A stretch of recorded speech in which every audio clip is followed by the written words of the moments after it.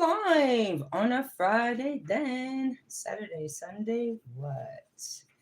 I am the hostess with the mostest, the High Priestess Phoenix. Okay. Ooh. I am your spiritual healer, teacher, shaman, seer, oracle. Here we go. Nope. Yep. Light worker, starseed, earth angel, mystic, medium, psychic, witch, yogi, guru, evangelist, North American Sybil. I am your messenger God, the first child of God, the Lilith reincarnated.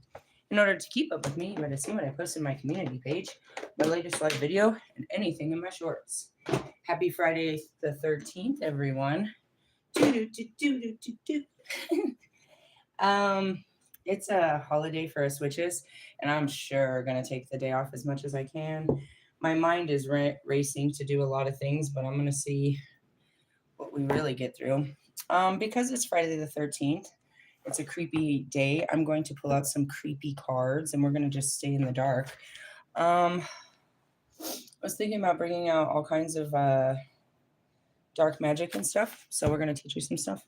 Really? Well, I'm not exactly sure where we're going to go, but I knew we were going to start with one card, and that card led to the demons card and the magic cards. But I knew we were going to start with my witches card. Why? Because this is a witchy day. Really? Friday the 13th is always a witchy day. But because it's the 313 portal, these are the cards we're going to be using for those that care. These came from the same author as my Reclaim Your Dark Goddess. So that book got me through almost all of my awakening, and these came after. After I reclaimed my Dark Goddess, I became a witch, and I learned all my witchy stuff. So we're going to just do a shuffle through this and kind of let it guide us through what I should teach you for the day. Again, I really did so much yesterday. Every muscle in my body aches. Really? Well, it's flaring up for sure. So let's see. We're going to pull some witchy cards and see what kind of witch work I'm going to teach you guys today. Puppets. There's something I never did. Okay, well, I am the Dark Goddess Mama Bridge, and I teach voodoo. And that's funny because I've been getting a lot of voodoo teachings popping up on my Instagram. Let's talk about this. I don't use. That's one of the few things I don't do. And it was really funny. I saw this one. It was like she was sticking freaking needles in the heart, and she's like, thinking of you. You can use this in a bad form to like curse people, but I don't. I could use them to heal people. Realistically, yeah, it's ancient magic. It's really funny. I joined this fucking Facebook group of like 900 and fucking something thousand witches.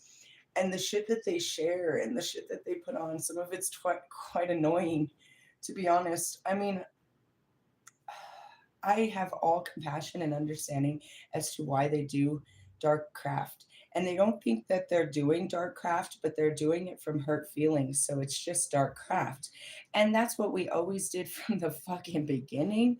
So I can't be mad at 2026 little Google witches.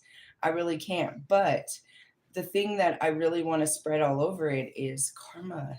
The first thing they teach you in the craft is whatever you put out comes back, bro. So myself, as the origination of magic craft, you know what I mean? The bearer of, and all it is the bearer of the knowledge of the gods. Realistically, yeah. You can study each pantheon of craft. And that's where I was going to bring out Jason Miller and consorting with the spirits. Why? I'm so hooked on Samael. Really, I want Samael in my life. Really, and I know just because of the knowing of it, I know his spirit lies within someone. Why? Because the spirit of all lies within everybody. So it's like I'm really, he works with them. It's just that it's a new level of invocation. He does all these invocations. He's studied his whole life how to invocate the spirits into the 3D. I don't do that. I'm in the 5D and they walk up on a bitch. Realistically, nah. Seriously, nah. And they get mad. People of the 3D want to see them with 3D eyes. But as long as you have the 4D or above, you can totally see all the spirits. But as far as Samael, you know what I mean? It's the poison of God is what I'm asking for. And that's not something easy to ask for. But as far as puppets, everybody's a puppet. Really? Yeah. Um, Before I spend all day teaching you craft and making you scared of the craft, let me teach you this. I start by, I introduce myself. I do banishment, I do cleansings, I do healing, and I do protection. That's what I do. And I open the gates as God says. So if I have these demon cards right here, there's a level of hell that they're out. They're out and about, and we're going to see who in the hell got out. Who in the hell is out and about on Friday the 13th? Really? Yeah, God's, whatever. Their family. I'll tell you how to deal with them when we get there. But the whole point of what this is the truth shall set you free. First off, you need to be fully aware that this is a very high practice that has been passed on and actually just learned with the help of the internet, and people stop hiding the secrecy of everything. Anybody can access this information. I'm not telling you anything, but they get mad because I tell you how to fight it. That's where they get mad. I prepare you how to protect yourself from it. But ultimately, even at my highest level, I have a video ban. That one hit me. It was like the last time God let magic hit me, I was in Mr. Plums, but it hit me before that. That's how I got a lot of my teeth pulled. Really? My back teeth and shit. A lot of magic. There was a lot of throat magic. They were trying to bind my there's a lot of magic that's done. And what they're trying to attack is your chakra system. Whether they know it or not, that's what they're doing. What they're doing is sending negativity to feed off of your negativity. The ultimate protection is to just clear out your negativity. So when people started attacking me, they didn't know that I was an alchemist, right? So, well, they didn't know I had a team that was going to teach me alchemy when this happened. It was all ordained. So when people started doing magical attacks on me, it pushed my darkness to the surface. Now, as an alchemist, that's my power. The more pain I've been through, the more powerful I become. And that's why I'm one of the most powerful, we'll say magicians in that sense. A magician is, we use that instead of the high priestess. The high priestess sees everything, but the magician manifests it using the elements, right? So you have to be able to take action, which is in a masculine form, but also be reflective and intuitive to get the messages in the feminine. So since the beginning, people have tried to figure out where I got my magic from. Straight from my inner spirit, from my inner knowing. I never had a guide. Never? I look at it later. I find out later what it is. And going back to Santa Muerte, I really, based on the offerings and everything that's done and said, I really got to believe that they were praying to a form of myself. I'm really going to get into this and find out it is some masked version of myself. Really? Just by the offerings. What other, do you know me? Sure, I'll give you whatever you want. Sure, whatever you want. Whatever you want. Just be a loyal servant. I'll give you whatever you want. Sorry, let's go back to the puppets. What do? They make an effigy of you. Really, it's not too hard. I don't have to actually put it into a physical form. I do have this other weird guy, though. I call him the Burning Man. I put him together one day. My God, my spirit just made me do it. I was just sitting outside, and I took these sticks. I got these, what are they? They're oak from Mr. Plum's. Mr. Plum's garden is covered in oak trees. Oak and pecan, or however you say it, pecan. pecan, I don't know. Anyways, I went to the pentagram. So they use these effigies and they pray to them. It's the same thing as me putting up a statue or a picture. And that's how people do it with me. And that's why I don't put my face out there. Why? Because they need a picture of me to put into their visualization of what they're praying for, on, whatever. They have to put you into a form. Why? Because they're 3D people. Seriously? Yeah. Now, as I'm being called to use the word sorceress. Why? It says sorcery. Okay. I'm like, why am I using the word sorceress? As a sorceress, the understanding is, and this is the high level understanding, is we are nothing but light. So if I want to fuck with you, all I got to do is connect with your light, not your body. I don't got to pick up the phone and talk to any bit of your flesh, ever. I connect with your soul's essence, right? For them, they picture it. So I always, in the beginning of this, I'm like, who the fuck is this? Oh, I had a talk with God this morning. I was like, who's this fucking devil? How do you even pray to him? You don't even know what he looks like. They created this image in their head of what the devil was. And they made a picture of it, and everybody gets together and they put this imaginary image into their head. Same as Christ. You picture Christ in that form. That's what he looked like to you. Everybody sees Christ in a loincloth hanging on a cross. Please don't remember me in such ways. Then again, when they hang the bitch naked on an upside down cross, you will never forget that thought. Yeah? Oh man, I'll never. There was a bunch of us. There's so many of us hanging. I'm just like one of the few upside down.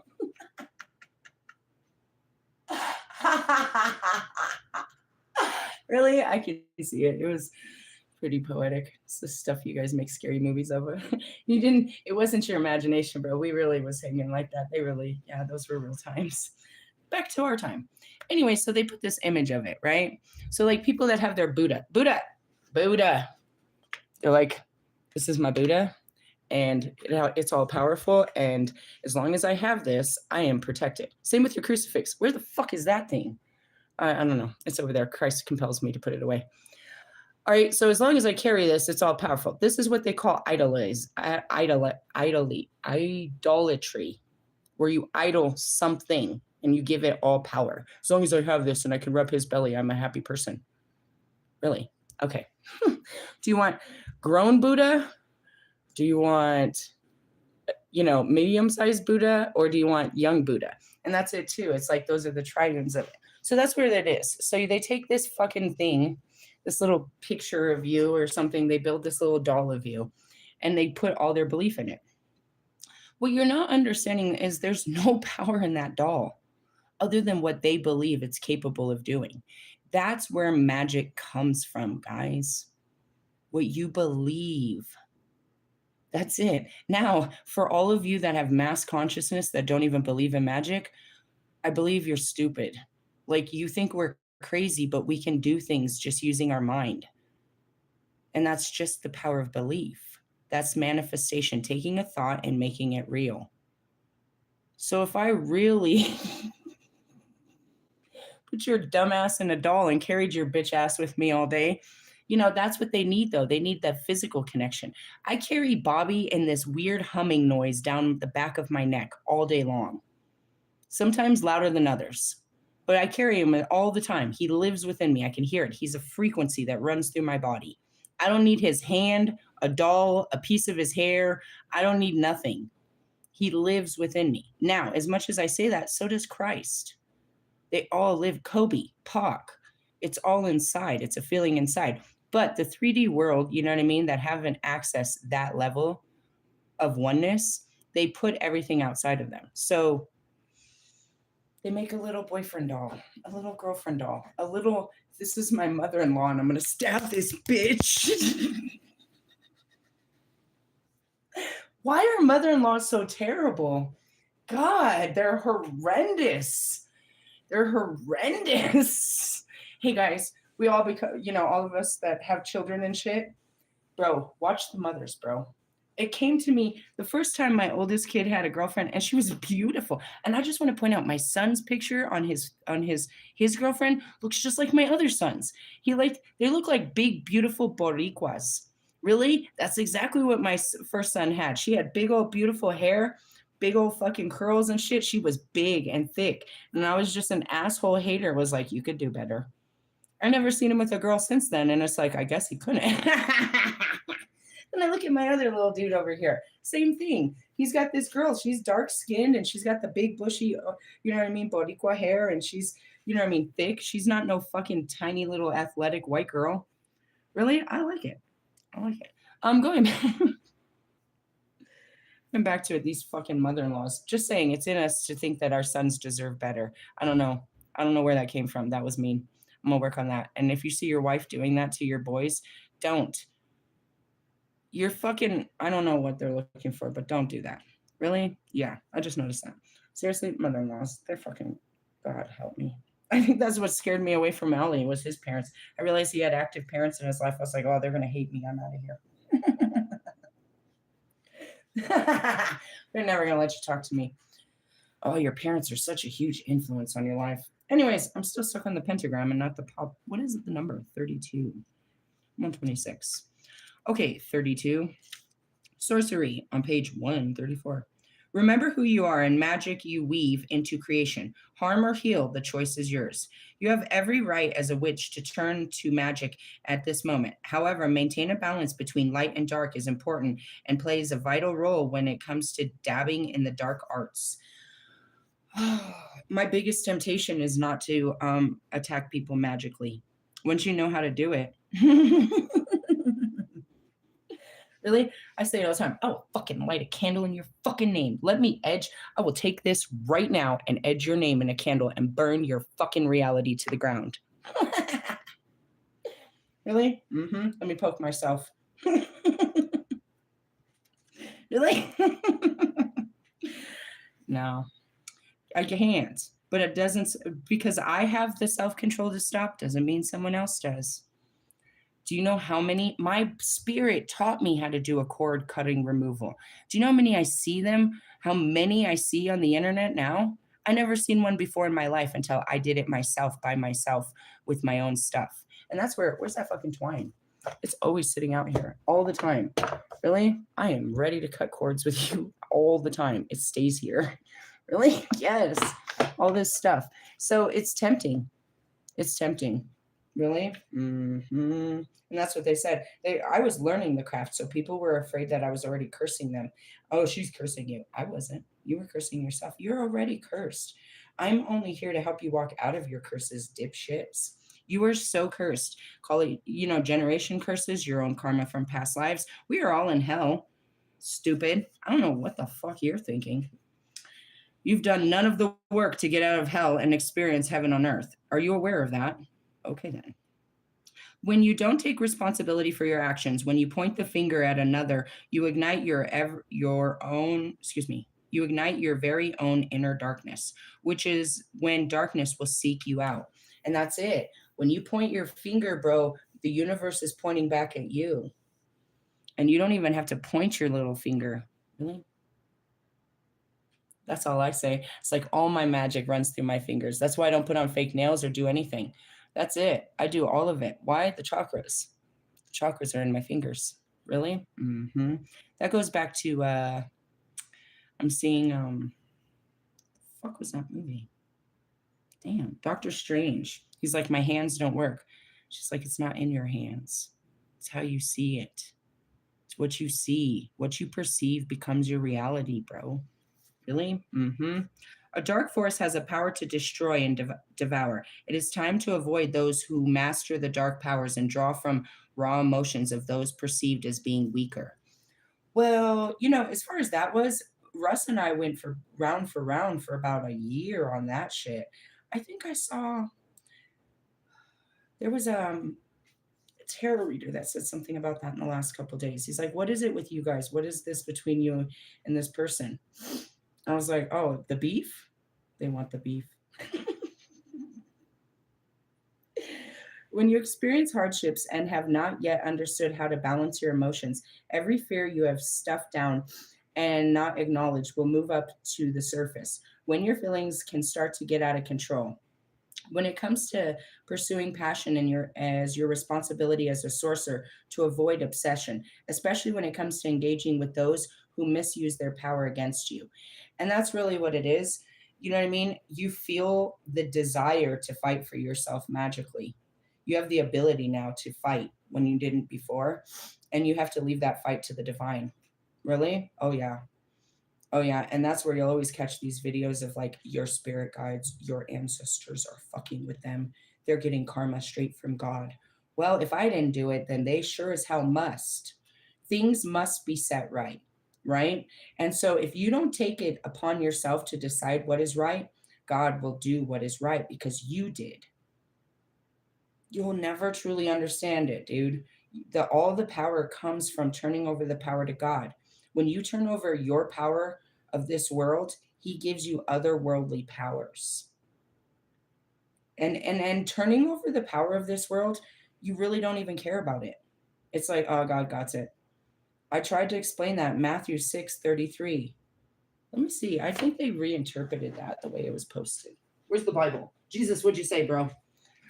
We'll be doing Jesus's teachings in any time at all. You can't talk about witchcraft and Jesus. Jesus was the whole source of the sorcery.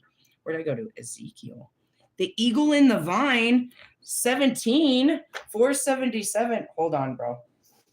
What? I made one video yesterday, real quick, like from my new apartment, because I was doing so much work. And it was all because I saw the eagle in the morning. What is this talking about? Where did you turn to? I would turn to my Bible to Ezekiel, page 477. It's fucking chapter 17. You have to understand that's my power number. 17 always is my power number. 711, 11, 17 is my number. The eagle in the vine. And the word of the Lord came to me, saying, Son of man, pose a riddle and speak a parable. Hold on, everything went quiet in my ears. There's a very soft frequency going through my ear. Very soft. Son of man, pose a riddle and speak a parable to the house of Israel, and say, Thus says the Lord God, a great eagle with large wings and long pinions, full of feathers in various colors, came to Lebanon. What's going on in Lebanon, guys? Write it down. The Spirit's telling us shit. Really, I didn't know what the eagle meant other than the fact that I had reached a high level of achievement yesterday. All right, start over. And took to the cedar. All right, we're going to burn cedar. And the highest branch. He cropped off his topmost young twig and carried it to the land of trade. He set it in a city of merchants. Then he took some of the seeds of the land and planted it in fertile fields. He placed it in abundant waters, and he set it in a willow tree. I don't have any willow. And it grew and became a spreading vine of low stature. Its branches turned towards him, but its roots were under it. So it became a vine, brought forth branches, and put forth shoots. But there was another great eagle with large wings and many feathers. And behold, this vine bent its roots towards him, and stretched its branches towards him, from the garden trance where it had been planted, that he might water it. It was, hold on. What is this saying? He's talking in a riddle, so try to keep up with it. It was planted in good soil by many waters, to bring forth branches, bear fruit, and become a majestic vine. Thus says the Lord. Will it thrive? Will it not pull up its roots, cut off its fruits, and leave it to wither? Of all the spring leaves will wither, and no great power and many people will be needed to pluck it out by its roots. Behold, it's planted. Will it thrive? Will it utterly, I'm seeing what this means. Will it utterly wither when the east wind touches it? It will wither in the garden trance where it grew. Do you get it? Do you get this, the riddle? It's talking about a twig that's uprooted. It goes back to the Kabbalah card. The twig. Let me go back from, listen. It took from the cedar the highest branch. He cropped it off to its utmost young twig and carried it to the land of trade. Right? He set it in the city of merchants. He took some of the seeds of the land and planted in fertile fields, and he placed it in abundant waters and set it like a willow tree, and it grew and became the spreading vine of the statue.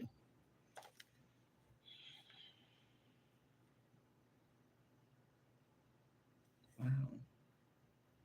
All right, let me just jump down here to number 11, 17:11. Moreover, the word of the Lord came to me, saying, Say now to the rebellious house, do you not know what these things mean? Tell them. Indeed, the king, that's why I said keep going. The king of Babylon went to Jerusalem and took its king and its princes and led them into Babylon and took its king's offspring, made a covenant. This is okay. Yeah. Made a covenant with him and put him under oath. He took him away to the mighty land, and the king might be brought low and not lift itself up, but by keeping his covenant it might stand. But he rebelled against him by sending his ambassadors to Egypt, that they might give him horses and many people. Will he prosper? Will he do such things to escape? Can he break a covenant and still be delivered? As I live, says the Lord God, surely in the place where the kings dwell, whom made him king, those oaths he despised, and whose covenants he broke, and him in the midst of Babylon he shall die. What is it talking about? Giving in to your temptations. Here we go, 17:17. Nor will Pharaoh with his mighty army, great company, do anything in the war. When they heap a siege mound and build a wall to cut off many persons, since he despises the oath by breaking the covenant, and in fact gave his hand and still did all these things, he shall not escape. Therefore, thus says the Lord God, as I live, surely my oath, which is despised, and my covenant, which is broke, I will recompensate in his head. Told you, karma like a motherfucker. As above, so below. You shall reap what you sow, is what he's saying. I will spread my net over him, and he shall be taken in my snare, and I will bring him to Babylon, and try him there for the treason which he committed against me. All his forgiveness with all his troops shall fall by the sword. What's the sword? Truth. And those who remain shall be scattered every wind, and you shall know that I, the Lord, have spoken. Israel exalted at last. Thus says the Lord God, I will take all one of the highest branches of the high cedar and set it out. I will crop off all the topmost and its young twigs, a tender one, and plant it on the high and prominent mountain. On the mountain height of Israel, I will plant it. It will bring forth brose and bear fruit and be majestic cedars. Under it will dwell birds of every sort. In the shadow of its branches, they will dwell. All these trees and the fields shall know that I am Lord, have brought down the high tree and exalted the low tree, dried up the green and made the dry trees flourish. I, the Lord, have spoken and have done it. And then the next one says the false proverb refuted. Oh, that's exactly, he was trying to say that is people that are placed that have placed themselves above the Lord. There's nothing above. They've made themselves gods to people. Instead, their purpose was to use their power to turn people to God. They're out there trying to make themselves that's the fight I had with God this morning before the sun came out. I was like, oh yes, your morning star, Mr. Lucifer, makes his beautiful his beautiful debut on Friday the 13th. And yet, the most powerless angel in all of God's army is the most powerful angel that rules over the 3D. You've given him all power, and that's what he went for. He went for it, and you gave it to him, bro. He was the most powerless angel until he came here and made himself powerful among men, which you guys praise is the devil that's out to get you. And he's the cause of all your bad doings. You have made him a power against God, and yet he has none. None but the power you give him. What a story and time. You even told that he gave you the knowledge and wisdom. The apple. You gave him all credit. Why? Because they couldn't know about Lilith. They couldn't know true power. They gave you false power. I cannot. Can I show you? Just, this is the real, bro. This is really, really him and our version. Where are you, little pussy? Little pussycat, God's little favorite angel that has no fucking job in the world but to be beautiful and sing God's praises. You don't even have the voice to do so, you pussy. God, what a waste of God's space. And what did he do? He wanted to be like Lilith. He wanted to have great power. He wanted to have free will. But he didn't have a thought of his own. He couldn't do anything. There you go, guys. There's your devil. Mr. Pouty Pants. God's little morning star on a fucking Friday. Little Venus. Every morning. First one up. Why? Because he's all in everybody's business. Everybody's got a life but him. He fucking hated it. You little pussy. Ooh, Lamia. She's come for your children. Oh, God. I can't stand him. I can't understand it. And that's what he wanted. And that's what God gave him. He wanted to be all powerful, so God gave him power over man, meaning only men would think he's powerful. But he has no power other than to manipulate your feelings, to tell you to give in to what he gave into, knowing, full knowing that it won't make you happy. That's the deviousness. Misery loves company. If he didn't have your company, he'd have none. He'd be in the company of a bunch of other fallen angels that don't know how to live a life. All they know is what God put inside of them. During no life did they gain any wisdom because they never actually did anything with any life. They were just what God made them over and over and over. But they tried to just exert that here on mankind. Stupid. Really? What a loser. I was thinking about him this morning. Oh, God. Oh, God. Here comes the twin flame card. Oh, God. Lucifer had no power. We could study him, the Satan worshippers, whatever. Until you bring God in the room. The power of Christ is in the room, bitch. Yeah, Jesus, they have no power to the light. That's really the truth. They're powerless to the light, which is love. It's that Voldemort thing, bro. Let me get back to Matthew. That's all I was trying to do. Matthew, we're still stuck in Matthew. Where are we? We're moving on to chapter 13, which is the parable and the sower. And then it goes on to more parables. The parable of the sower explained, the parable of wheat and tare, the parable of the mustard seed, the purpose of parables. A pair of what bowls? A pair of bowls. Get it? Parable. All right, never mind. Lilith's gonna come out talking shit. All right, 633. 33. And I already seen it.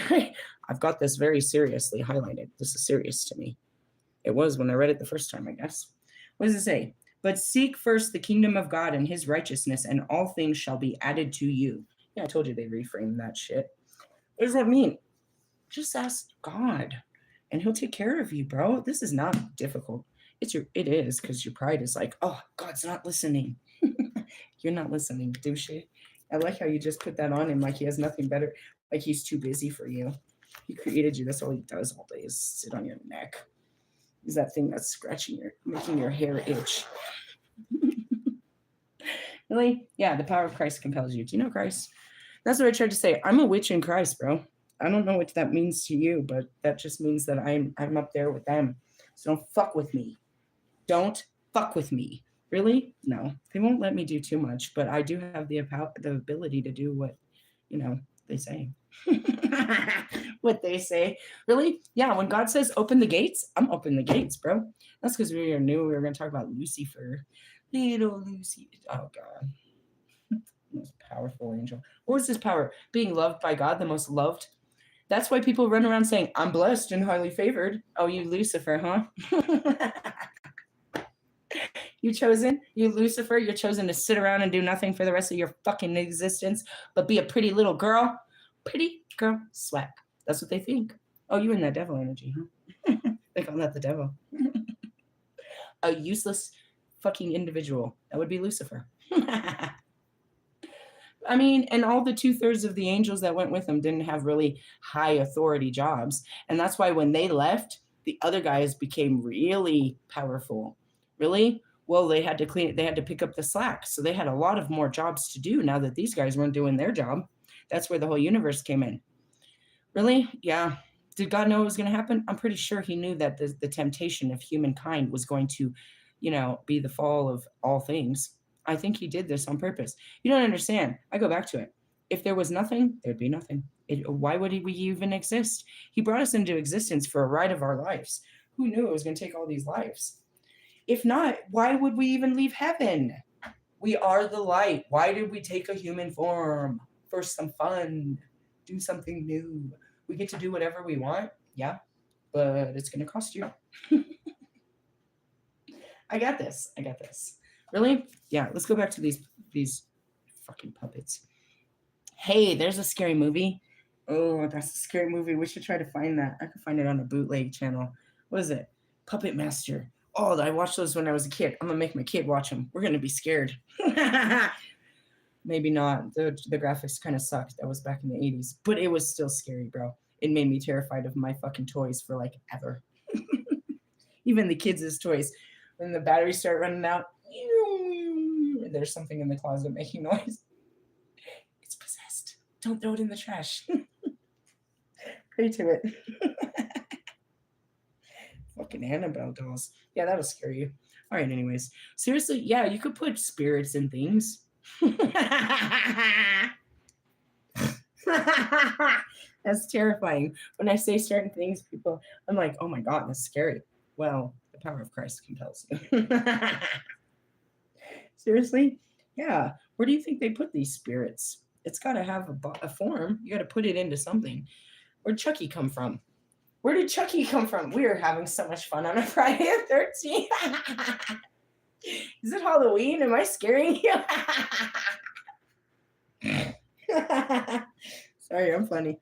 Really, because I know you're scared, and I think it's funny because I believe you. It is totally possessed. I just don't know who put it in there and what it really is. Ask it its name. It's probably going to lie to you. That's what most demons do. They never tell the truth.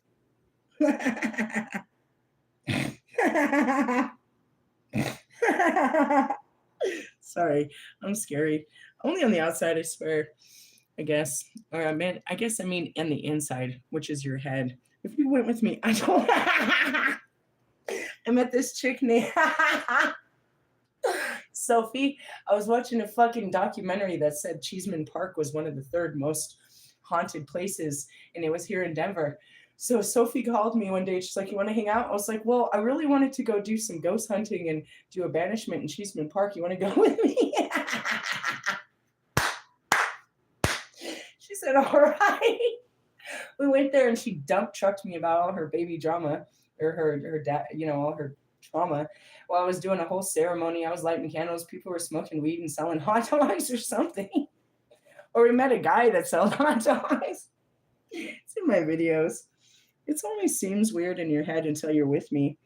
I met up with fucking, what the fuck was his name? Noel one morning. He's all, "You want to get together and have burritos?" I was like, "I don't eat in the morning, but I'll watch you take one down." I picked him up and took him to all the freaking spiritual lands, made him drink the water, prayed to Mother Cabrini, took him to the cemetery and back. He was back at the studio at 11. Don't hang out with me in the morning. Seriously, yeah, I took him all the way up to Blackhawk. I took him to all this shit. Why? I don't know. I was going to do it anyways, and he went for the ride. I'm sure he got blessed. Can you imagine what he was thinking about after doing creepy shit like that with me? I haven't heard from him since.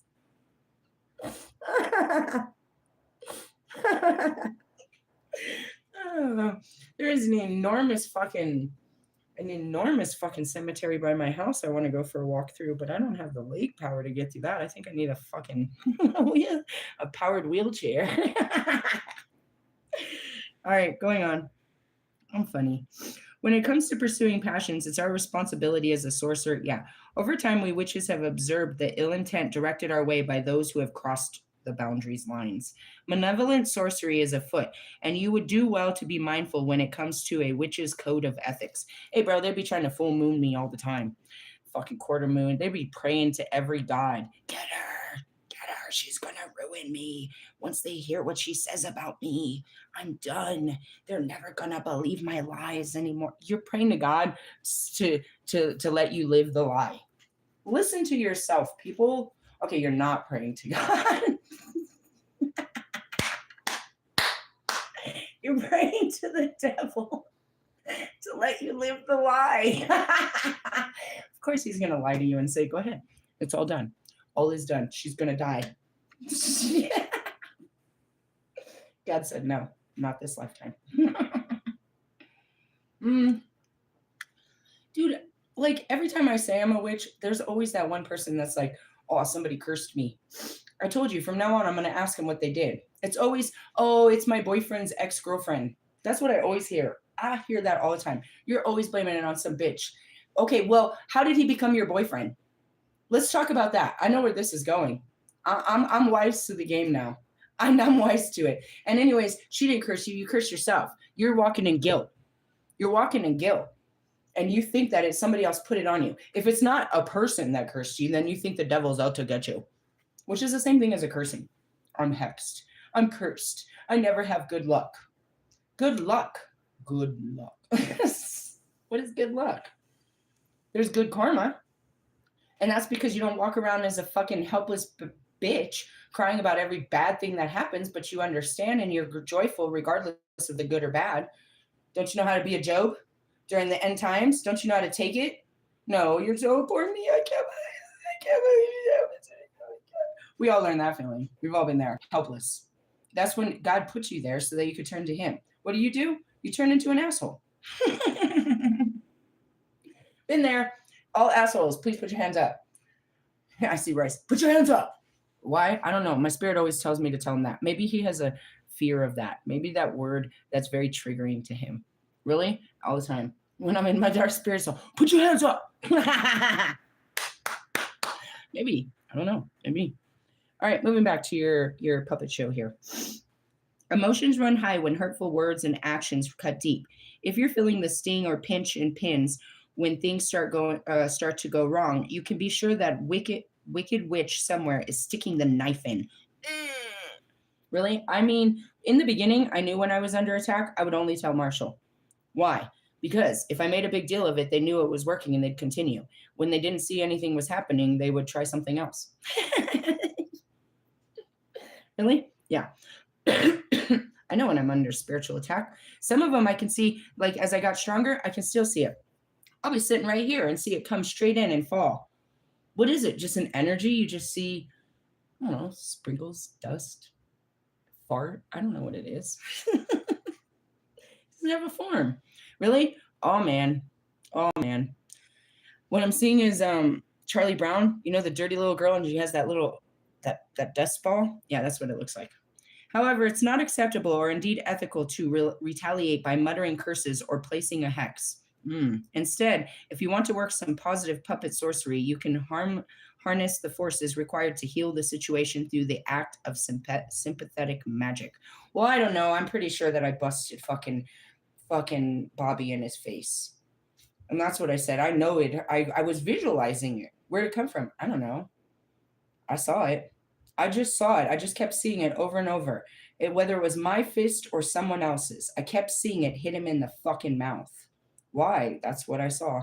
So I knew the next morning that he felt it or whatever. That's why I can't have thoughts. My thoughts become real. If I even fucking think this is really going to happen to you. Really? And that's probably what it was. I was like, maybe I did it while I was sleeping. Seriously? I'm just going to fucking punch you in your fucking face, bitch. Physically? No. Etherically. How's your face hurt? How's it feel? Do you need to go to the dentist? I assure you, don't actually allow me to hit you. And that's, there's only one person, well, maybe many people have seen it. I only saw it once. Fucking tree saw me swing. 6 foot something tree who's, you know, he's literally a juicer, fucking on steroids and everything. I swung at him. I didn't give a shit how big he was. He wouldn't shut his fucking mouth and get the fuck out of my face. I told him kindly for nearly fucking 12 hours to leave me alone. That motherfucker wanted to stand on top of me and be a bully. That was in his own, you know what I mean, his own domestic violence ways. He bullies bitches. He was in domestic violence, going to classes and some more shit. Oh, I'm gonna take you to school. I'm gonna take you to school, bro. Really? Oh, I swung, and if it would have hit, it would have rattled him to where he would have just punched unconsciously. Really? Oh, and I could do it with my words. I can do it with my words. I could say something to you, bro, that's gonna hit and hurt so fucking bad that you're gonna want to punch me in my fucking face. Really? Well, who's gonna hurt more when this is done? Then you're gonna hurt even worse when you realize you just punched a bitch. You swore to your mama you don't hit bitches, but look what you just did, bitch. Now I got you twice. Really? What'd it cost me? Little chubby cheeks. That's where it goes down to. Shit. Go ahead, hit me again. Take it out on me. That's that Fight Club moment. Oh, I really think you should join us. Oh, come on. Come on. As you're punching me in the face. Does she ever shut up? Nope. I'm going to get up and say it again. Bitch. Bitch. Bitch. That's my ego. Really? Yeah, you got to be careful. Don't think bad thoughts because bad things happen to them. Realistically, And that's where it is. Some people, bro, you're like, oh, somebody gonna catch you outside. Somebody gonna catch you outside, bro. Somebody gonna catch you. Shit, I caught you. You caught one. I saw it. Wherever it came from, I saw it. I saw you catch one to the mouth. I saw it. Although these little doll-shaped effigies can be used for harm, all good witches work with puppets. I don't have any puppet master. They're expensive too. You can make your own. That's too much, bro. I'm supposed to be starting an art career. And with an intent of, and that and cooking. Did you see that shit I shared this morning? I'm so gonna make that, dude. What was it? Jalapeno popper mac and cheese, bro. That is something different. Everybody makes boring ass mac and cheese. That's what we talked about. My daughter, she has a total mac and cheese kind of fetish, and she's funny about it. I'm gonna make that, but I realized, dude, once I figured out what the fucking recipe it was for the jalapeno poppers, I'm putting that shit in everything, bro. I'm gonna make egg rolls of that fucking shit. I'm making grilled cheese of that fucking shit. I'm making that shit on everything, bro. Seriously, watch me. I'm getting really creative, dude. Where does this all come from? I don't know. I have a creative side that's coming out in the kitchen. I'm going to be a kitchen witch. Hey, my nacho bar is totally changing. Really? Yeah, yeah. I have to wait till I can enjoy this shit. Seriously? Yeah, but doesn't mean I can't cook it and try it or get it going before we do it. Kitchen witchery. Anyways, moving on. With the intent of healing, protection, peace, and love for another. And that's it, where I have to sit there and pray over your little effigy. I'm praying for my son. Do you know how many mothers spend all day praying for their son? Praying for God's son. When you realize that, you might be able to breathe a little bit easier. You feel so alone in this world. It's you against the world, talk like that. Walks on the block. But when it comes to your children too, you feel helpless and you're the sole proprietor of such things. And anything bad that happens to them and this and that, who do you think's dragging them through the shit? You think the devil's out there out to get them? Life is going to get them. All we can do is prepare them to be strong for when the storm comes. You cannot put them in a storm shelter, dipshits. No amount of money or location on this planet is going to keep them from life. And that's every fucking Nemo helicopter parent. You're trying to keep them from vaping. You're trying to keep them from this. You're trying to keep them from that. You're trying to make sure they don't end up like other kids. The only way that's going to happen is if they have a stronger mindset. Keeping them away from kids is wrong. You know what I mean? Teaching your kids about that alcohol is all bad, you fuck them up because when they hit 21, all people their age do this. And now you've made them think that all people their age are bad people. Every time they go to a restaurant, just because you thought it was bad because you had a bad experience or you know someone that was an alcoholic or something, we hope to God, but we don't strip them from their experiences, bro. Trying to protect them from what might or might not happen or something we saw happen to someone else. Parents always trying to choose which college their kid goes to. At least they're going. And it's harder to protect them when they're halfway across America. You know what I mean? And I can tell you from experience, it's the ones with money that get into far more trouble. They can afford to get in trouble and they can afford to get out of it. There's a limitation to what middle or low class people get into. High class people, those motherfuckers. Fucking blue collar crimes is what we call that shit, bro. Those motherfuckers. They know the sheriff and they know the judge and you know what I mean? They have all the church goes together with the fucking this, that, and the other, and they can always get out of it. Their evil deeds. Really? Yeah, I'm just saying that. As far as you praying over a little effigy, all this stuff right here is just, it has no power other than what I believe in it. And it's to represent the powers that be for everyone else to understand. I don't need this altar. They all walk with me. This is for you to understand all the layers of God and how it acts. Now, as I create it, and that's really what it is. Magic, you need a picture of what you're praying to. You need the elements. You don't see this, but this is an extremely magical altar. I call it the gateway. I have it in my car too. This is a gateway to, you know what I mean? When you put up Jesus's picture, you have a gateway to Jesus. That's it. When you put up all of these, so I open up all the doors so that anyone can flow through these doors, as well as the dark side. I keep the dark side where? On my side, on the right, where I do all my magic. They said that the dark came from the left. So if all of my dark is on my right and I'm standing in front of you, what does it look like? It looks like the dark's on the left, doesn't it? And that's the portrayal of all this. But realistically, no. And that's where someone like Bobby was like, if you just put down the Yu-Gi-Oh cards, I could put away the cards, but the spirits ain't going nowhere, motherfucker. They're not in the cards. This is to help you understand that all these gods are here.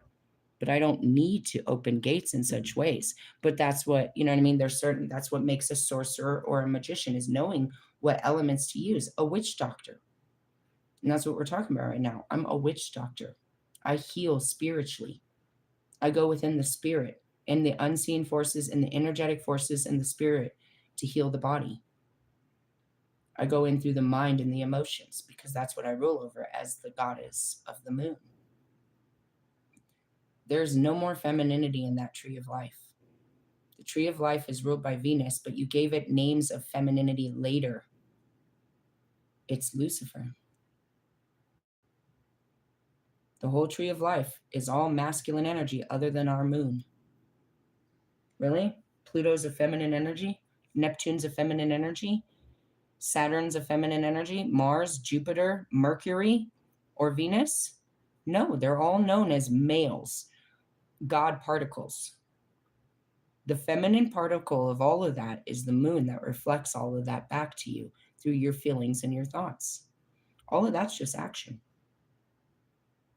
Really? Yeah. Just want to point that out. So as far as, people make these and they put power into it and their belief into it. You believe that if you wear a cross and you go into wherever, that you're protected. That's your belief.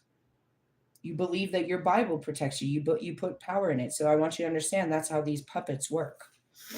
Light side, you claim your magical potential. Sorcery becomes your powerful choice. Focus on the ancient practice of working with puppets to heal others and empower yourself. I don't work on healing others like that. First off, I'm taught 1, 2, and 3 that you don't do any magic without being petitioned. I don't just go praying over no one, ever. I asked my spirit guides to join Marshall during his ascension. That was it. I don't fucking pray over nobody. No? Mm-mm. I'm petitioning to God and all that is on my behalf, or on the behalf of you through me. That means I'm vouching for you. That means I'm collateral. I'm putting my name out there for you. I'm not putting my name out there for any of you. God's already got you. Why would I intervene with what God's doing with you? You're asking me to intervene. You're asking me when someone says, "Can you pray for me?" You're asking me to intervene with what God's doing and make a petition to the gods to stop what they're doing in your life. That ultimately is not my call. Why?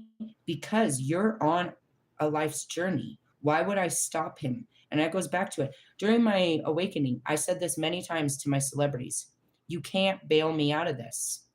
If anybody was to take me out of that and just be like, I feel so sorry for her, I'm going to bring her in.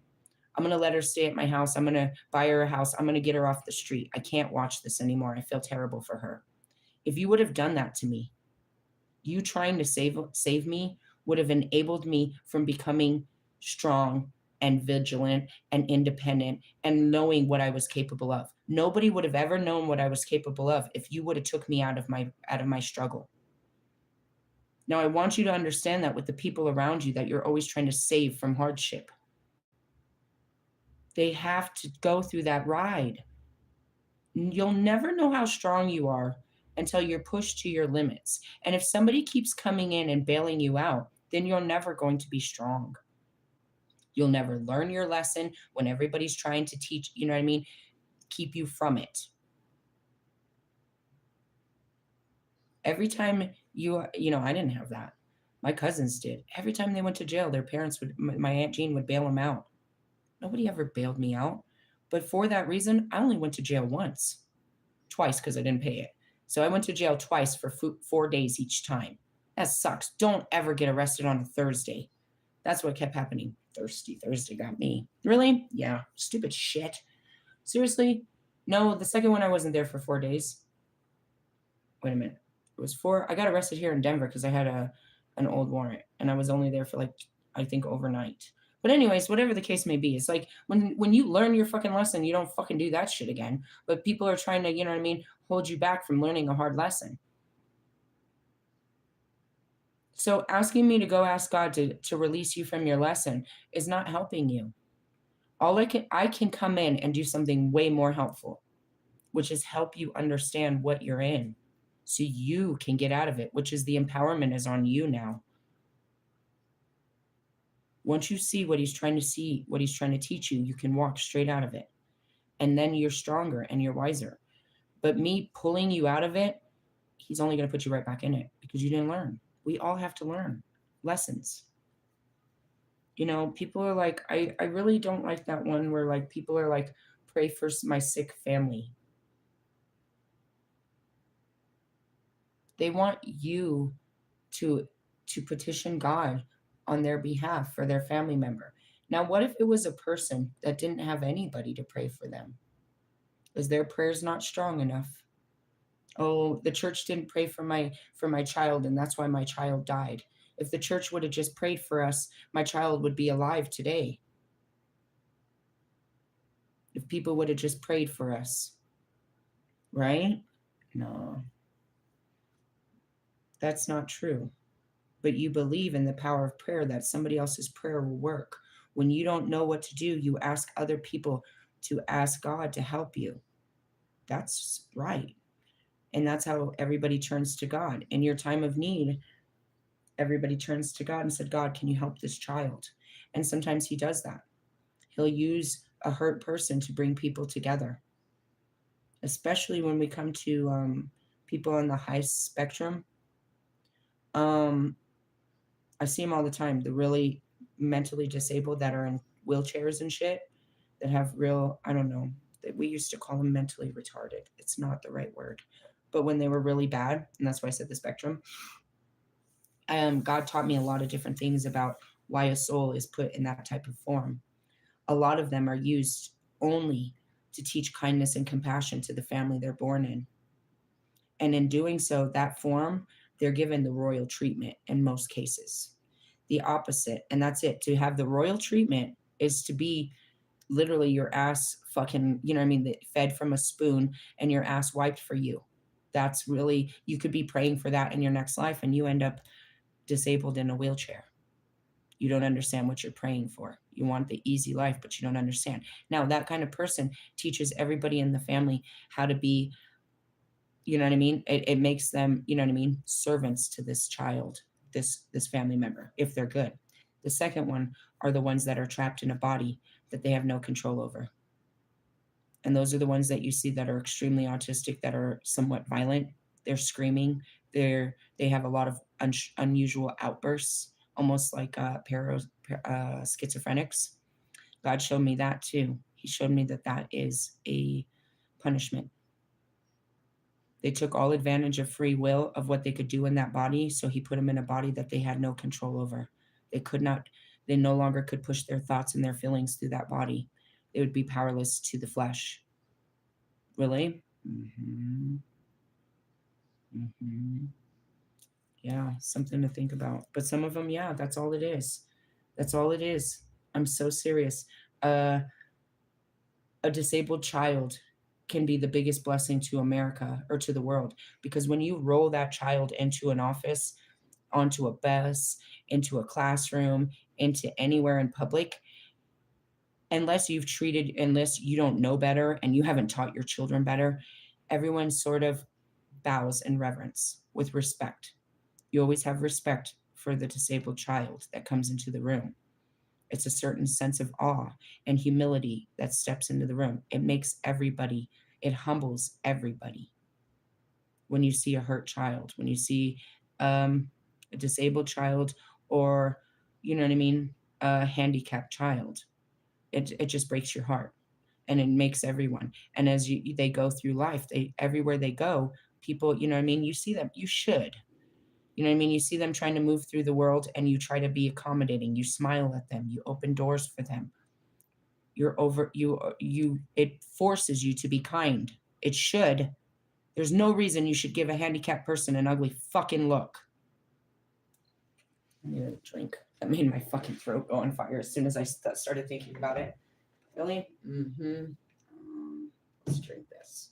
All these drinks. I'm getting tired of drinks. Really? Oh, I drank some broth yesterday. It was so good. I never just drink broth like that. It was so good. All right, moving on. Let's see. I'm just saying that as far as praying. God, please give me this person. Please give me this person. I really want this person. I really want this person to, I really want it to work out with this person. What did he tell you? Well, you're screaming at him what you want. What did he tell you? Did he say it will work out? Or he said leave him alone? That's what I mean. You think he's not listening, but you're not. He told you. If he said it'll work out, then quit begging him. He doesn't have a time limit. You do. You think things are supposed to happen now because you want it now. You're not ready right now. You're doing nothing to be ready later. Shadow side. Beware of power of sorcery, for a darker side within is awakening. Malevolent sorcery against another must be broken before moving forward. An unhealthy obsession consumes your mind. It is time to break free. Being fixated on one thing may initially help you achieve your goal, but it can take over. Release the grip and bring back. I'm getting done with this. Bring your focus back to you.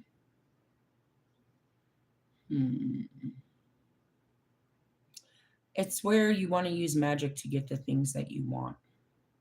You're willing to go to extremes, and that's what happens. Why do people turn to magic? Because God won't answer their prayers. So they think. So they try to make things happen faster. Isn't that the truth? Why did they turn away from God? Because the church told them that they were no good by God. So they said, fuck it. I'm never going to be pleasing to God. So, but I still need some help. Really? Mm-hmm. Why do jealous women turn to me as the Lilith instead of God? Because God wouldn't understand. God doesn't know what I'm going through. God put you through it, dipshit. Really? Yeah. But that's why you turn to specific gods. Why did you turn away from Jesus? Because of what they taught you about him. He held you accountable. Why'd you turn away from, why do you avoid Mohammed or, Buddha or Krishna or Lucifer? Why don't you take the time to understand what God created and why people honor it? People pray to Judas. Why? Because they're in a Judas energy and only Judas knew what it meant to give in to greed, jealousy, envy, pride. He didn't understand. And that's what sucks. The more that he saw how powerful he was, the more he hated himself for what he did. He understood why they were coming, but it wasn't worth it. It's like, take it back, bro. I take it back.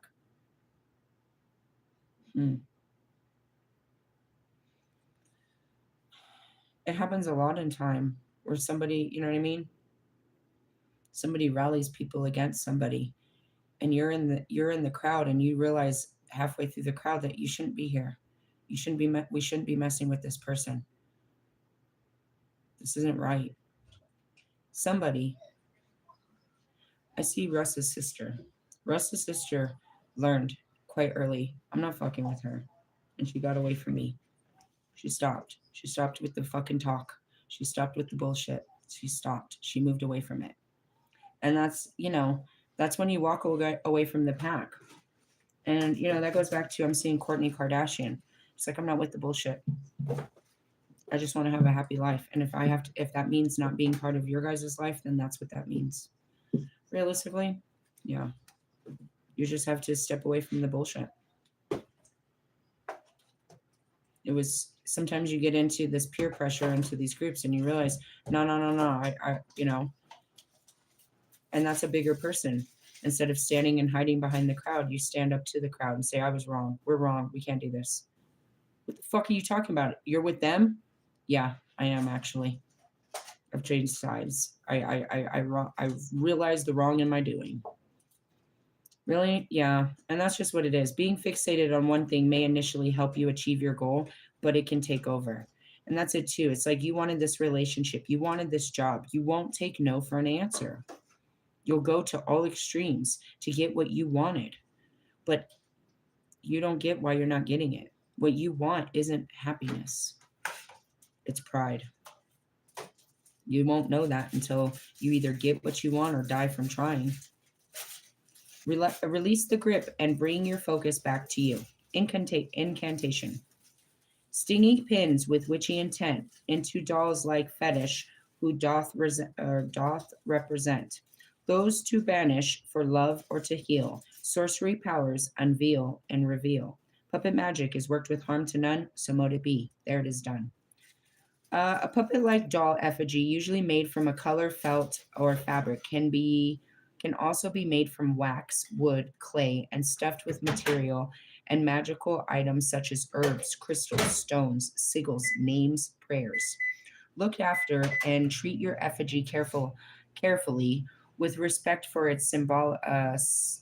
Stop there. I'm getting the download. It must have been a day or two after he came to me.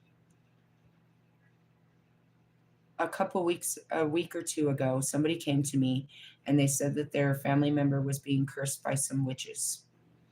I told him I'd cleanse him, tell him to tell the witches that he's covered by the Lilith, and tell him to put my name in his wallet. Something like that is what I said. Right after that, homeboy stopped working here. Really? Mm-hmm. Like literally right after that.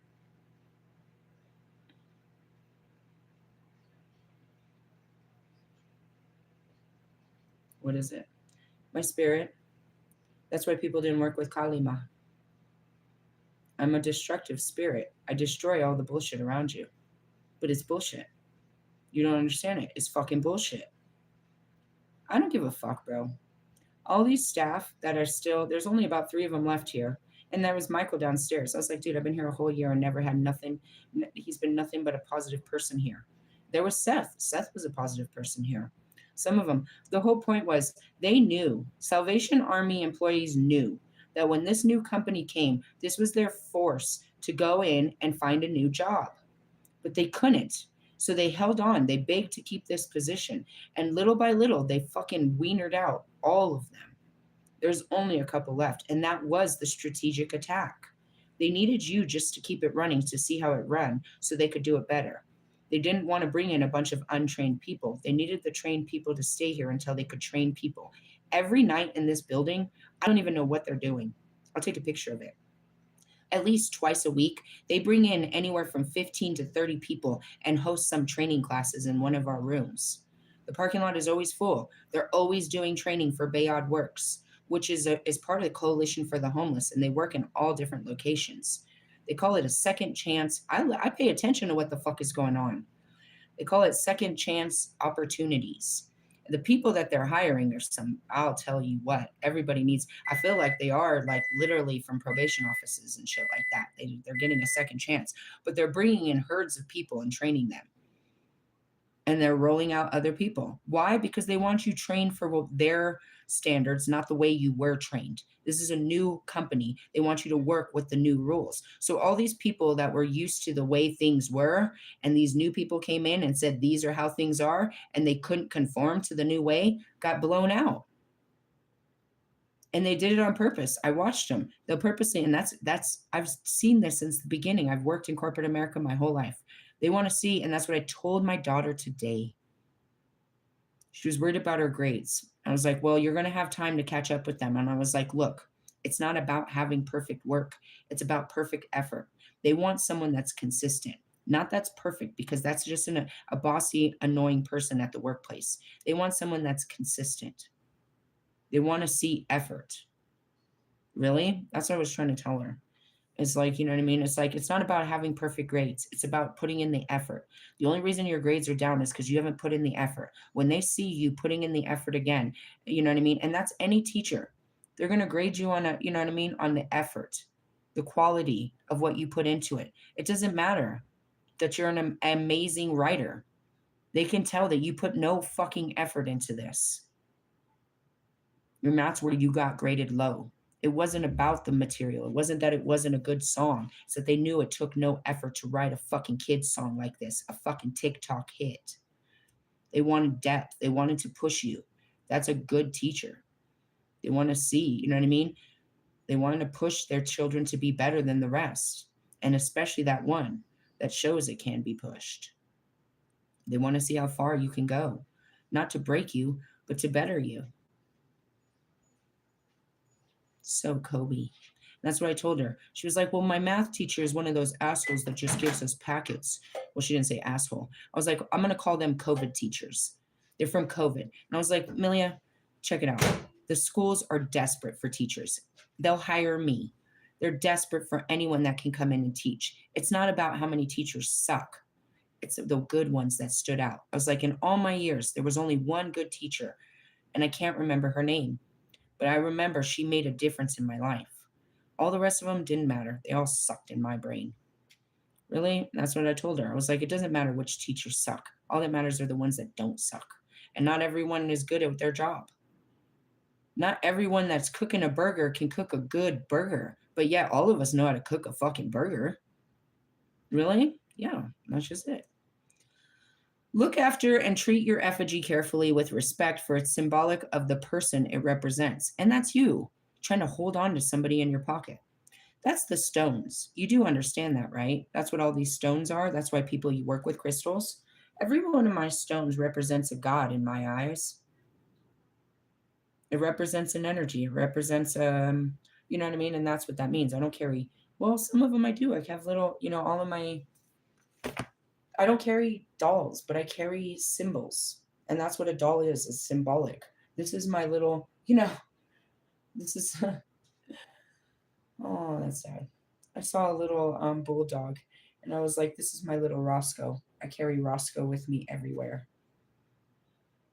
Really? Yeah. It's funny. I pulled out, when I was taking all my clothes out, I carried up 5 buckets yesterday.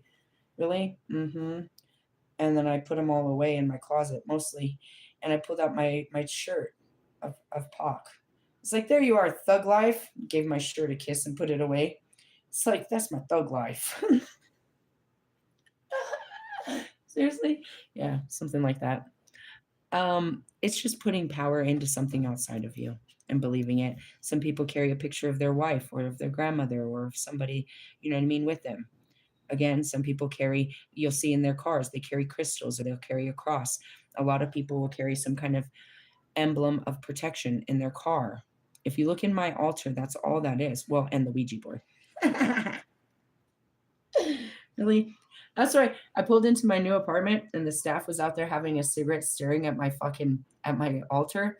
And I looked down and I was like, yeah, I guess there's nothing in there that represents Jesus.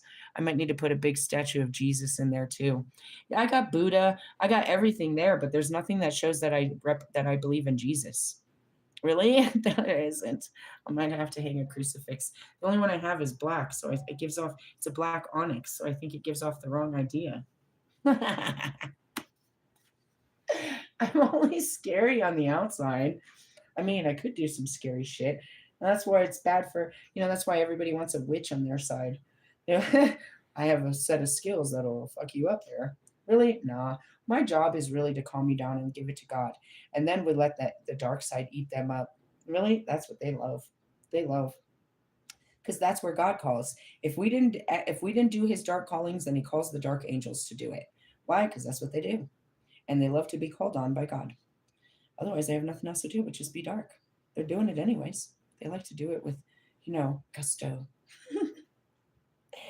This is called sympathetic magic and it's old witchcraft. The choices are limitless, from healing to protection to prosperity to banishment to warding puppets can be used to harm or to heal. Stick a pin in an area needing healing and the heart for love, or wrap it with a black string to bind it. You can buy these cards to get more information on how to play puppet magic. I think you should watch that show before you do any of this. Really? Yeah, these puppets were really, they put the spirits into these puppets and they were fucking terrifying. Just when you go to do puppet magic, just think about Chucky and the fact that this puppet could actually come to life. Really? You don't want that. Do you have any control over this little thing that you can't kill now? It doesn't have blood or bones. You can't kill it. You just put a spirit in some fuzz. Fuzzy Wuzzy was a bear. Now it's a fucking Ted, and he's running around saying "fuck me" all day. Sorry, I'm the funniest thing on a fucking Friday the 13th. Hey to you too. That's funny to me. Really? I mean, it's funny. It's not. At first, I was like, dude, I scare people. And now it's funny. I'll be out there purposely scaring you. Really? I'll sit there. That's what it said. If a man's staring at you, just look straight back at him and start muttering things out of your mouth so he thinks you're cursing him. What are you really saying? Oh, you dirty motherfucker. Your fucking underwear are 3 days old. And I can tell that you haven't pulled the fucking shit under your fucking fingernails. You filth ball. Just kidding. Really? I mean, I don't really, I'm not allowed to have bad thoughts. Get out of my face, Lucifer. You're pathetic. Ooh, Malcolm. Yeah, you guys are fucked. Malcolm, I said, was going to come and take your monies. Lucifer really doesn't have any, I mean, whatever. And then, oh my God, that's me. Really? Yes. And my twin flame is Paimon. Where are you fucking loud ass? Where are you, Russ? Where you at today? Fucking Paimon. I don't know, but Astroth is calling us too. Get out of the way, Lucifer. You have no power. Seriously, that's why I was laughing at fucking Wolfman. He's over there fucking jerking off in a pinnacle asking Lucifer for my power. If he could have it, he would have had it himself, loser. It's my power. I choose who to put it on. And you don't even know what to do with it. All it's going to do is make you feel bad about yourself. Ask Bobby. Every time he comes near me, he feels like a piece of shit. Pretty much everyone does. You feel good until you feel real bad. That's what it means to be me. I feel real good until I feel real bad.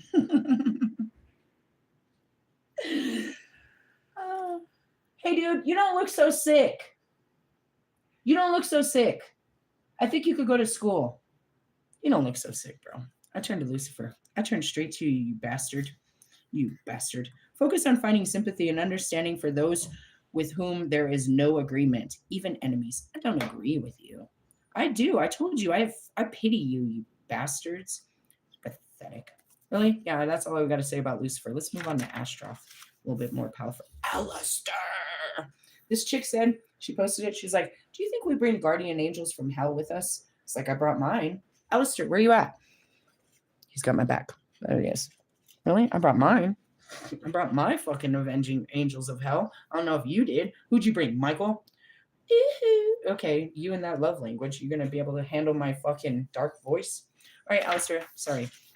We're looking for Astroth, Azrael. Where are you at, bro? Where are you at? You should be right here. Notice. Where are you? Why am I not seeing you? There you are. All right. Oh, poor Astroth. No one has been wronged more than he. Just ask him. He remembers all the details of the fall, the separation of heaven and hell, and will not hesitate to tell you how he certainly deserved to be punished for choosing the wrong side. Told you. There's that person, bro, that comes in and was like, I shouldn't have done this. I'm on the wrong side. And that was J. Cole. He got out of there real quick. J. Cole said, I'm not on either side. I'm out of here. I'm not part of this. I'm not part of this. I'm walking away. I'm walking away with my life and my career. I'm not getting into this. You guys wanted it. You wanted two men to go to war and destroy each other. Did it work? I don't think so. All it did was make fucking Kendrick work harder. I don't care. Really? I never thought he was a good rapper to begin with. I didn't vibe with his frequency to begin with. And that's it. It's because, oh, you don't like what everyone else likes? No. Are you mad? Because I don't like what you like? I don't care. I like other stuff. I like European rappers. They sound bodacious. Really? Anyways, it may be that the truth, I certainly wasn't there, is the most demonologists and theologians are a bit about the matter. If there was a point when protests too much, Astroth has reached it, as he was willing to discuss any other matters when he was summoned. He is quite gifted in the math and science until he is told his tale of woe. Really? I mean, as a witness, that's it. I'll tell you what happened. It wasn't this gloriful fight that you guys made. It was literally sad. It was literally sad. They didn't rise up against anything. It was a big whoa. Woe is you. Like, whoa, what are you guys doing? They all come, stomping up to the gates of heaven. We are going to take over. Whoa, you want to be gods, huh? Well, go down there. And there they went. Astroth's name seems to have slowly evolved from that of the Phoenician goddess, and that's it, Astari, and that's Phoenicians again are the phoenixes, and Astara is what we're celebrating for the spring equinox and Easter. Astara, Easter. The incarnation of Ishtar of Babylon. Unlike the beautiful goddess that his namesake, the demonologists describe him as being ugly. That seems unnecessarily cruel to me and makes me wonder if perhaps there wasn't other justice done to him, injustice. And that's it too. They painted Lilith out to be a monster. Why? So you would fear it. Really? Mm-hmm. But Sebastian, whatever, a French grandeur inquisitor, whatever, and he wrote all these books, contains a brief hierarchy of the demons, makes no comment about Astroth's appearance, and still says he's lazy, vain, and full of rationalizations for his every perceived wrong. Inspiration. Sometimes we really are wronged by circumstances or others, and sometimes we only feel that way. But when we dwell on slight, real or imagined, to the exclusion of all else, we will eventually lose the sympathy of everyone. And that's playing victim. You had something to do with this. Beware of milking a perceived wrong or victim status to the point at which others begin to lose sympathy and avoid the complainer. And that was B. I said it again. I don't know why I do know. I just never seen it. And you know why? Because I was giving her my attention. She is literally the loudest person in this building because she wants to be heard, because nobody is giving her any attention. Nobody's calling her. Nobody's talking to her. She has no friends. She's not seen. She's not important. So the other day, this is true shit, bro. One of the Latina ladies, I think it was, because the American women don't do this. One of the Latina ladies had a birthday party and must have invited her. She was sitting in the middle of the building, but she was the loudest person at that birthday party. Louder than the kids, louder than the mothers, louder than the staff. When you walk through the parking lot, she's the loudest person. Oh, look at my baby. She's so loud. She needs attention so bad. Now, why didn't I see this before? Because I was talking to her. She had attention from me, so she didn't have to go and do that. But as soon as I stepped away, you can hear her. You can hear her, bro. You can hear her. If she's in the lobby right now, I can open this door and you can hear her. If she's in the front of the building having a cigarette, I can open that door and you can hear her. I know when she's moving because she's the loudest motherfucker. She's that, hey girl. That's her all day, bro. Why didn't I see it? Because she wasn't doing that when she had attention. She does it to get people's attention. Will she shut up if you give her your attention? No. That comes the next part. This victim status. She wants to tell you all about everything that's going wrong in her fucking life. Then you take her little friend Diana. Me too, bro. Me too. But you know what happened to me? I call her Me Too +1. That's all she did all day. So after 3 days of her telling me she wants me to feel sorry for her because her baby daddy got some other woman at the shelter pregnant. How could he do this to me? Bro, you put him out in September. He got put out in September over some DV here in the building. He was not there for your birthday. He was not there for Christmas, fuck a Valentine's Day, and everything else. And now you're confused that he was sleeping with Someone else that you were partying with before you had a baby? Someone else you guys all used to do drugs with? Okay, I'm giving you all her business because she just wants to put it out there. So anyway, she tells me, and I feel terrible for her. But I tell her how that happened to me, not once, but twice, and how I dealt with it. But she doesn't care. She doesn't care that I've already dealt with this, and she doesn't care that I had to deal with this not once but twice. She doesn't care about my feelings. She wants you to validate yours. So she runs around and keeps telling everybody, nobody asked you. But you want to tell every single person that you walk across that, oh, I'm not doing so good. My baby daddy, I just found out my baby daddy has got another girl pregnant. You mean the same motherfucker that ain't here taking care of your baby? Are we supposed to feel sorry for what? The next child or your child? Or just you that you're chasing a useless guy? I don't know, but I was cool about it for 3 days. And then the third day I told her I didn't want to hear about it. And she got all pissed off because I didn't want to hear about your victim status. You're not a special victim. It happened to me twice. And a lot of these women, they left us and went and had babies with other women. You're a victim of what, bitch? What? That's what I mean. Watch out for these motherfuckers that want you to feel sorry. And that goes back to Bobby. If you didn't feel sorry for him, then what would we talk about?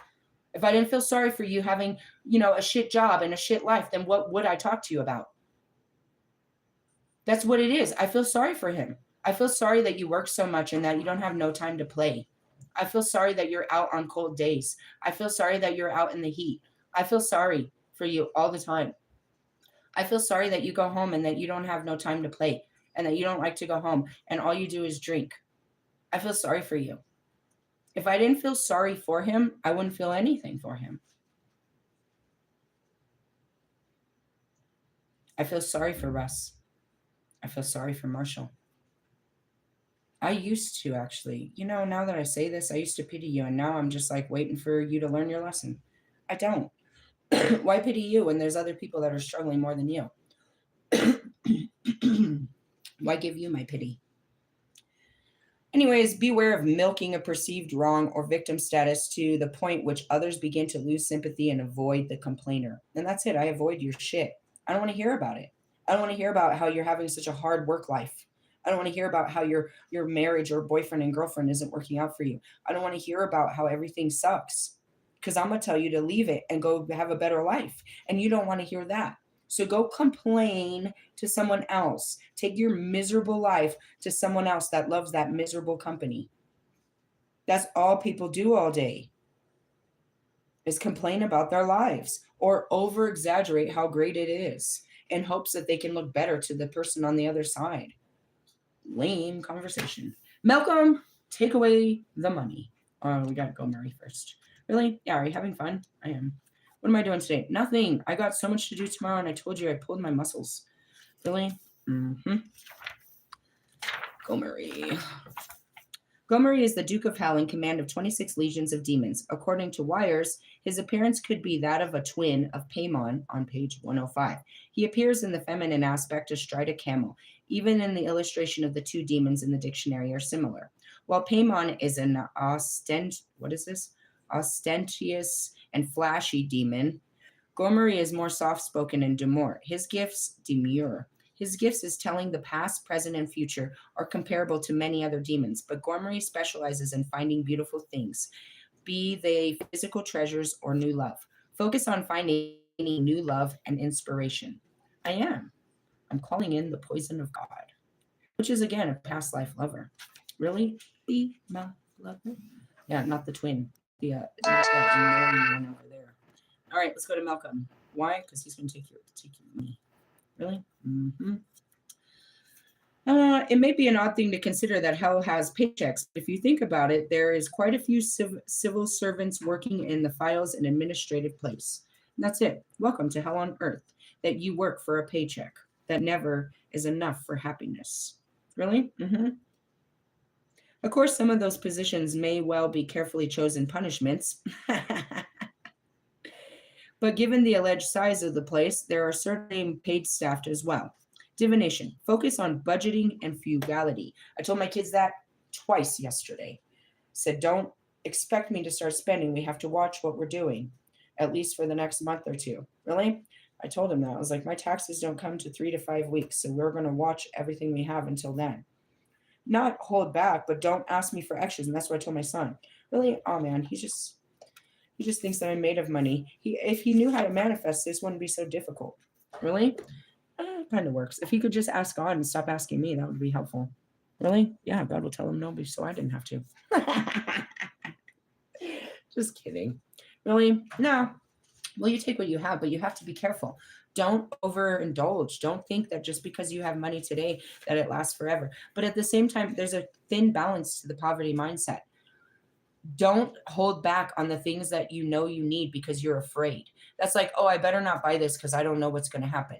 Like you're going to go buy yourself something, like you want a Snickers bar and you're like, damn, I want the Snickers bar. And then you're standing in the line and you're like, no, I probably shouldn't buy this because what about later? No, that's the wrong fucking mindset. Now, if you're standing there with your Snickers bar and you're like, you know what, I already had one today. That's the right mindset. Don't deny yourself. You know what I mean? Don't deny yourself what you need. But at the same time, to have self-control to tell yourself, you don't need this. And it's funny, as much as I'm doing all of this, I want to cook shit. That's what I told my kids. I was like, dude, we live by a million fucking fast foods that we have so many cool fast food options, but we're going to be cooking. And that's what I told them. I was like, you're not going to be eating microwave shit when we get there. They're like, oh, I was like, no, I'm serious. That kills. Really? And that's that we have food at home. Really? I can make you all kinds of crazy fucking pizza fucking, you know what I mean? Pizza fucking flavored fucking things. We can start making different pizzas instead of you having me buy pizza, you know what I mean, 5 days out of the fucking week and all different things. Shit like that. That's what it means about frugality. And that's where I'm at too. Is just being smart. Don't be buying shit you already have at home. You don't need a t-shirt. You don't need, you know what I mean? You don't need another pair of sunglasses. Huh? I just remembered I had. Those are disgusting. Those are gonna make you sick. They make me sick. Ugh, whoppers. Anyways, that's what that means, is learning how to tell yourself no, but not because you're scared, but because you know better. That's what you need to know. You don't do that. I'll sit there with 3 cigarettes and my old way would be like, no, I can't give you a cigarette because, you know, I don't know if I'm going to have more. That's fearful. I'm going to give you a cigarette because I know I'll get more, right? That's a difference. But at the same time, it's like, oh, I just bought a pack. Let me give out every one of my cigarettes because, you know, I'm balling like that. You're not balling. And that's just what it means. Frugality doesn't mean, you know, and that's, people don't like me because I'm frugal, but I learned humility. I don't need such things. I used to believe that I needed certain things and couldn't. That's why I got in a big old argument with my son yesterday about ice cream. He wanted the Haagen-Dazs little ice cream, which was $5. And I got to sit here and do logical math with him. He's like, but it looks more appealing. I was like, that's the packaging. You're paying $2 for an appealing picture. It's the same ice cream. This isn't cheese. It's just ice cream. Really? Yes. And even my daughter, she's like, how much did his ice cream cost? I made him get a $2 one. You can get those little juggies for $2 up to like $7. Let's be smart about this. Do you really know the difference in the taste, or you just believe that that tastes better? And that goes back to your guys' stupid smart waters. Water is water is water. You're thirsty. Put water in you. It doesn't have to be a $5 water with, 88% alkaline. It's water, bro. Unless your car literally, I just had this talk with my caseworker yesterday. I have a flex fuel Impala, which means that it says, my cap says only 85. I told her the story. I was like, yeah, but when I left Colorado, there was no 85. And I kept driving to Kansas till I almost ran out of fucking gas and realized I was never going to find E85. I had to put in E87. Ever since I did that, my check engine light has been on ever since I did that. But that's just how it is. You don't have to have the nicest things. You just, that's your pride. That's your ego telling you. Now, again, we know that if you buy cheap, some cheap products are going to taste cheap. But explain to me, dipshits, what's the difference between the good value flour that comes from Walmart, their Walmart brand flour, and other flour? It doesn't matter. What matters is the seasoning you put on the flour. It's just flour. All bread is bread. Now, when we're going into cheeses and they're pasteurized and fucking all that, or milks and stuff like that, you know what I mean? They're watered down. So it depends. Really? Yeah. And that goes back to like something like chocolate milk. Do you like it super chocolatey? You like it to be super duper thick chocolate, like syrup chocolate? You know what I mean? Somebody's getting grossed out like that. Or you like just light chocolate. And that's what I mean is just self-discipline, bro. You think that because it costs more or because of the label that it's better. A t-shirt is a t-shirt is a t-shirt. It doesn't matter if your white t-shirt says Gucci on the label and mine says Hanes. We're yup in our white tees. Who gives a fuck whose tea costs more? You know what the difference is? If mine gets dirty and yours gets dirty, I'm going to be less upset than you will.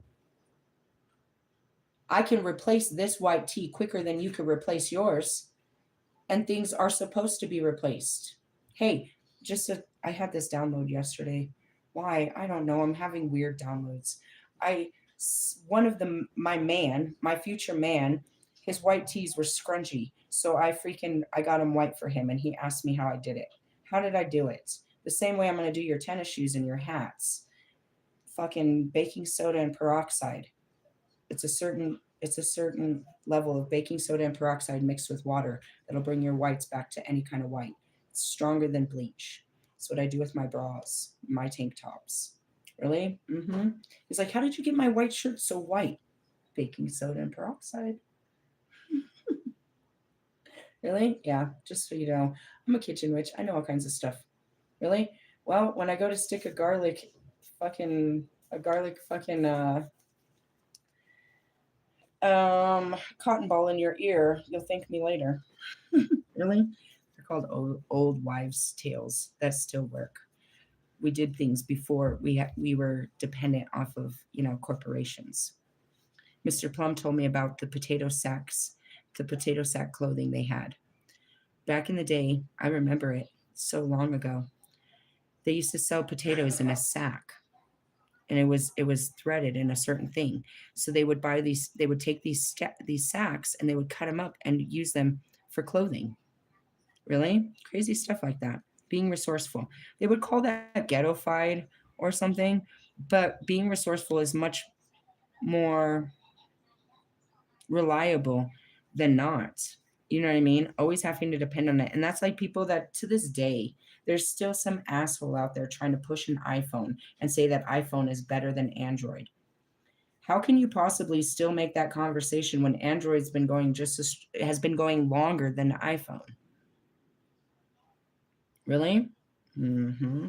The BlackBerry, the Nokia, the fucking flip phones, those were not iPhones.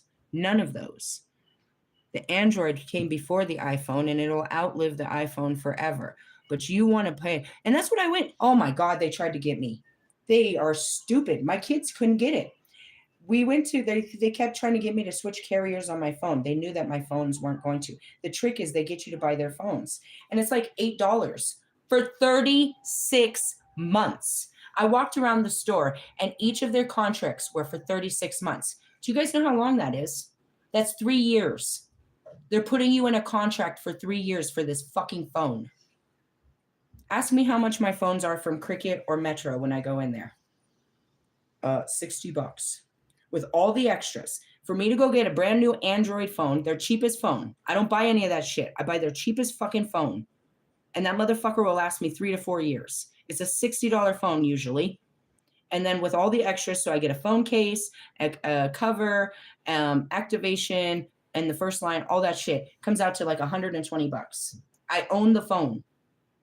I don't have to fucking pay no fucking payments on my phone. And it might not take the most beautiful pictures, but picture me rolling while you're over there making payments on a phone that you're going to break within 3 years. Within 3 years, you're going to break that screen, bitch. And if it's an iPhone, you're going to need to upgrade. How much are you paying on a phone? That makes no sense to me. Really? Yeah. My kids sure wanted it. I'm not paying for that. I'm not paying no bill for 3 years. You have a phone now. I'll buy you a phone out the door right now for $100. Realistically, fuck that. 3 years. That's called interest. Are you interested? No. Stop calling me. I'm not switching to you. And that's how they got you. Yeah, the fucking phone line is only $25, but then you got to pay for this motherfucker for fucking 3 years. And by that time, you're stuck. You're going to need an upgrade. And all that is you're leasing a phone from now on. You keep turning in your phones and getting a new one. It's the same as a car. When the miles are high, you turn it in and get another one. I'd rather own this motherfucker. Really? Yeah, that was stupid to me. A lot of things are. A lot of things are. Why do you need expensive shit? I'm such a hustler in that sense. Really? I could go to Walmart right now and go buy a new TV for my apartment that's probably about 40 or 50 bucks. Or like I did, I got on Facebook Marketplace and I found 3 of them that are going for $15. They're all just used ones. Why? Because everybody upgrades their TVs and aren't using these ones. I don't need a great TV. I need something that I can connect an Xbox to, a fucking a PlayStation to, and I don't know, a DVD player. Well, I don't know. That's what they said. Do we need a TV in the living room? I was like, I think so. I like to watch TV when I eat, and I don't eat in my room. Really? Yeah. Do I need one in my room? That's what I mean. Why buy all these? Why? I need a big screen. Why? Why do you need a big screen? You can't see the people? I watch everything on my phone. That's a very tiny screen. Seriously? I do have a brand new fucking computer. That's a big screen. There you go. That's what I'll start watching shit on in my room. Really? I don't need all that. What the fuck do I need a 90-foot, fucking 90-inch screen TV? How far away am I standing? How big do I want these people in my room? And what if they start kissing or anything? That's just too big. I can literally see inside his tonsils. That his head is as big as. I'm just saying. Really? I don't know. Whatever. I guess if you're blind, you need that to show off. You need a big screen TV. Stuff like that. That just doesn't make sense to me. Really? Oh, I'll take one of those old ones. Connect to the aliens. I'll be getting out of these world channels. Really? Watching Star Trek for real. Let me see that antenna over there, guy. Really? I don't know. Shit like that don't make sense. Really? I bought my kids brand new water bottles, bro. I went to Ross and I got him the fucking. I didn't go to fucking Nike and get him the Nike water bottles. They all have to have the Nike water bottles. I didn't go there and get the fucking $35 Nike water bottle. I went to Ross and I spent $20 and then he lost it. You know where I went? To the fucking thrift store and bought them there. They got a bunch of them and I spent like $10 on them. They were somebody else's, but I don't know why. If you're just gonna lose the motherfucker, really? When they hold on to shit, then I'll spend more money on this shit. But there's nothing more than irritating than money being wasted down the drain. You know how much I paid for that? Maybe not pay so much, so then next time it doesn't bother you so bad. And that goes to your clothes, to your shoes. I just had this talk about Jordan. How dare him?